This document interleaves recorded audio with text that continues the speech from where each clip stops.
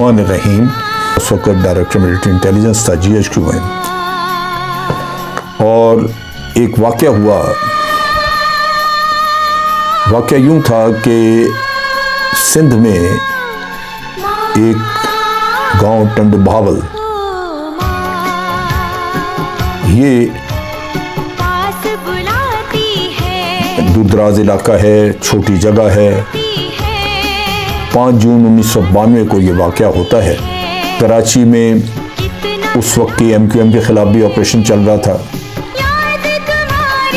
और सिंध में ये जो ऑपरेशंस थे, ये एक्टिविटी थी, इसकी वजह से अगर कोई कह दे किसी पे कि ये टेररिस्ट था या ये कोई दुश्मन का एजेंट था, तो वो बड़ी हद तक उसको तस्लीम कर दिया जाता था, इस वजह से कि वो ज़माना ही ऐसा था कि वहाँ पे मुख्तलिफ़ किस्म के वाक़यात हो रहे थे। लेकिन किसी को टेररिस्ट कह के पकड़ लिया, या उसको ज़माने में अमूमन एजेंट्स वगैरह जासूसों का मसला था, और बहुत सारे लोग जो कि इंडिया से ट्रेनिंग करके आके पाकिस्तान आर्मी के ख़िलाफ़ लड़ रहे थे वहाँ पे, उसमें जावेद लंगड़ा, रेहान काना और पता नहीं कौन कौन से नाम थे। तो इस वजह से तहकीकात ज़रूर होती थी, लोगों की इंटेरोगेशन होती थी, पता चलता था कि उन्होंने क्या किया, और फिर उसकी बुनियाद पे उनको सज़ाएं दी जाती थी। इस लिहाज से आर्मी चूँकि ऑपरेट कर रही थी, तो उनको काफ़ी हद तक पावर्स दी हुई थी, एक आज़ादी थी, क्योंकि दूर दराज इलाकों में वो खुद ऑपरेट करते थे, जूनियर ऑफिसर साथ होते थे। और यहाँ टंडू बहावल में 5 जून 1992 को जिस वाक़या हुआ वो ये था, ये दादू का इलाका है, और इसमें एक ऑपरेशन किया गया जिसमें कि ग़ालिबन 8 या 9 लोग मारे गए, और GHQ को ये बताया गया कि ये हमने ऑपरेशन किया है, ये डाकू थे, इनमें कोई दहशतगर्द भी थे, इन्होंने मुकाबला किया और मुकाबले में ये लोग मारे गए।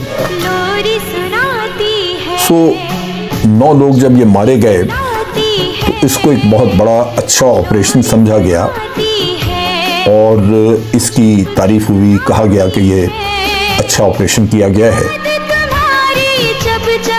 लेकिन जब ये लाशें गांव में गईं, तो वहाँ कोहराम मच गया, और गांव के लोगों ने एहतजाज भी किया, लेकिन बाद में उन्होंने खासा एहतजाज किया इस पर। अब यहाँ पे इस एहतजाज की बुनियाद पे की वजह से पता चला कि कहानी कुछ मुख्तलिफ है। हमें पता चला कि ये लोग, इलाके के लोग बता रहे हैं कि ये बेगुनाह थे, वहीं उनके इलाके के रहने वाले थे, टंडू बहावल के। और आर्मी के एक मेजर ने वहाँ पे रेड किया, और उस रेड में इन लोगों को उठा लिया वहाँ से, और इनको दूर ले जाके दरिया के किनारे पे इनको मिसक्रिएंट जाहिर करके गोली मार दी, लाशें लाके वापस गाँव में फेंक दी। अब जब ये सूरत हाल पता चली, तो ये इंतहाई तकलीफदेह चीज़ थी, और बड़ा इस पे परेशानी, इसकी कंफर्मेशन करने की ज़रूरत थी। लिहाजा कंफर्मेशन के लिए तहकीकात ऑर्डर की गई। जनरल आसिफ नवाज उस ज़माने में चीफ ऑफ आर्मी स्टाफ थे, उन्होंने कहा कि इसमें फौरी तौर पे तहकीकात की जाए। चुनाचे एक तहकीकाती टीम तश्कील दी गई, और उन्होंने अपनी रिपोर्ट मुरतब की चंद दिनों में। पता यूँ चला कि वहाँ पे एक फैमिली थी, जो ग़ालिबन उसका नाम मुस्लिम पठान था, मोहम्मद पठान था, कुछ ऐसा था फैमिली, और पाकिस्तान आर्मी के मेजर अरशद जमील नाम था, उसके उस फैमिली से ताल्लुकात थे, आना जाना था, रिश्तेदारी थी, या वैसे ताल्लुकात थे, मिलना मिलाना। इस फैमिली का, जो गुलाम पठान फैमिली थी, इसका आगे ज़मीन का झगड़ा था इन लोगों के साथ, और इस फैमिली ने डंडामारी की, काफ़ी मार धाड़ की, अपने लोगों के साथ, लेकिन वो इनसे ज़मीन वागुजार न करा सके। और जब मेजर अरशद जमील को उन्होंने कहा तो अरशद जमील ने एक प्लान बनाई और ये लोग मिलके वहाँ पे गए। इन सब ने मिलके वहाँ पे निशानदेही की इन लोगों की। फिर अरशद जमील ने उठाया। अरशद जमील के साथ 12-13 लोग आर्मी के और जवान भी थे। उनको हुक्म दिया गया कि भाई आप साथ चले। वो चले गए। वहाँ जाके उनको बताया कि इन लोगों को पकड़ना है। पकड़ लिया और फिर वो मारे गए। इस कत्ल में, प्लानिंग में और एग्जीक्यूशन में सिविलियन भी 5-6 शरीक थे। सिविलियन मेरे मुराद वही फैमिली जो जिसने ये कत्ल करवाया। इस तहकीक के बाद केस प्रॉपर बन गया, सिविल अदालत में चला गया, लेकिन जनरल आसिफ नवाज ने कहा कि नहीं, ये फौरी तौर पे जो आर्मी के लोग हैं इनका केस हमें GHQ में ऑर्डर दे दिए कि इसको आर्मी ट्रायल इसको ट्राई करेगी। लिहाजा ये केस चला फौज में, कोर्ट मार्शल हुए और बड़ी जल्दी फैसला हो गया। अक्टूबर के महीने में फैसला सुना दिया गया और अरशद जमील को सज़ाए मौत और जो बाकी 13 लोग थे उनको उम्र कैद की सज़ा सुना दी गई। उसके बाद अपीलें वगैरह होती रहीं। चीफ ऑफ आर्मी स्टाफ ने अपील मुस्तरद कर दी, फांसी की सज़ा बरकरार रखी। अरशद जमील के भाई ने अपीलें की, फिर अपील सदर मुमलिकत को की। उस वक्त फारूक लगारी सदर थे, उन्होंने भी रहम की अपील मुस्तरद कर दी। फिर समहाउ वो सुप्रीम कोर्ट में पहुंचे और जस्टिस सईद जमान सिद्दीकी उस वक्त थे वहाँ पे चीफ जस्टिस, तो उनके ज़रिए इस पे सज़ा पे अमल दरामद रुकवा दिया गया। वो 1-1.5 साल तक रुका रहा।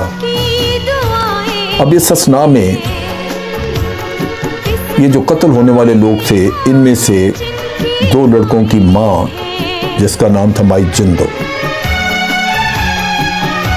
उसने अपने बच्चों की लाशें उस वक्त वसूल की थी और वो इस चीज़ पे मुसर थी कि मैंने हर हालत में इंसाफ लेना। और उसी की वजह से प्रेस क्लब वगैरह के बाहर जब उसने एहतजाज किए तो ये कहानी बाहर निकली कि असल किस्सा था क्या। लिहाजा तहकीकात में फिर वो चीज़ें साबित हो गई।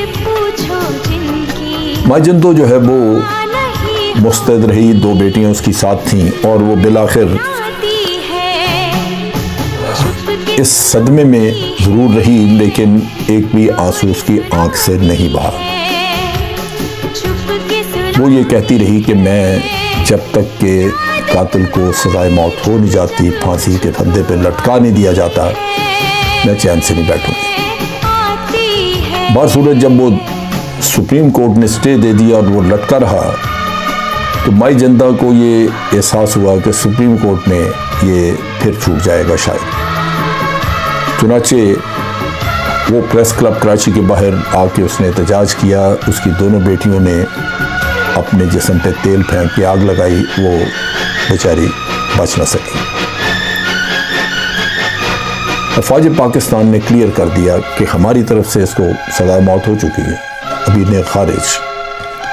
सुप्रीम कोर्ट डट के बैठा हुआ था, लेकिन जब ये किस्सा हुआ 2 लड़कियों के जल जाने का, तो सुप्रीम कोर्ट ने भी अर्जेंसी दिखाई और फिर उसकी सज़ाए मौत जो थी वो एग्जीक्यूट हुई। उसके बाद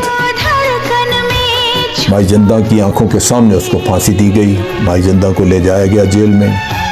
उसकी ख्वाहिश थी कि उसको दिखाया जाए और उसके आंखों के सामने जब उसको सज़ाए मौत हुई और उसके पाँव के नीचे से तख्ता खींच लिया गया अरशद जमील के पाँव के नीचे से, तो उस वक्त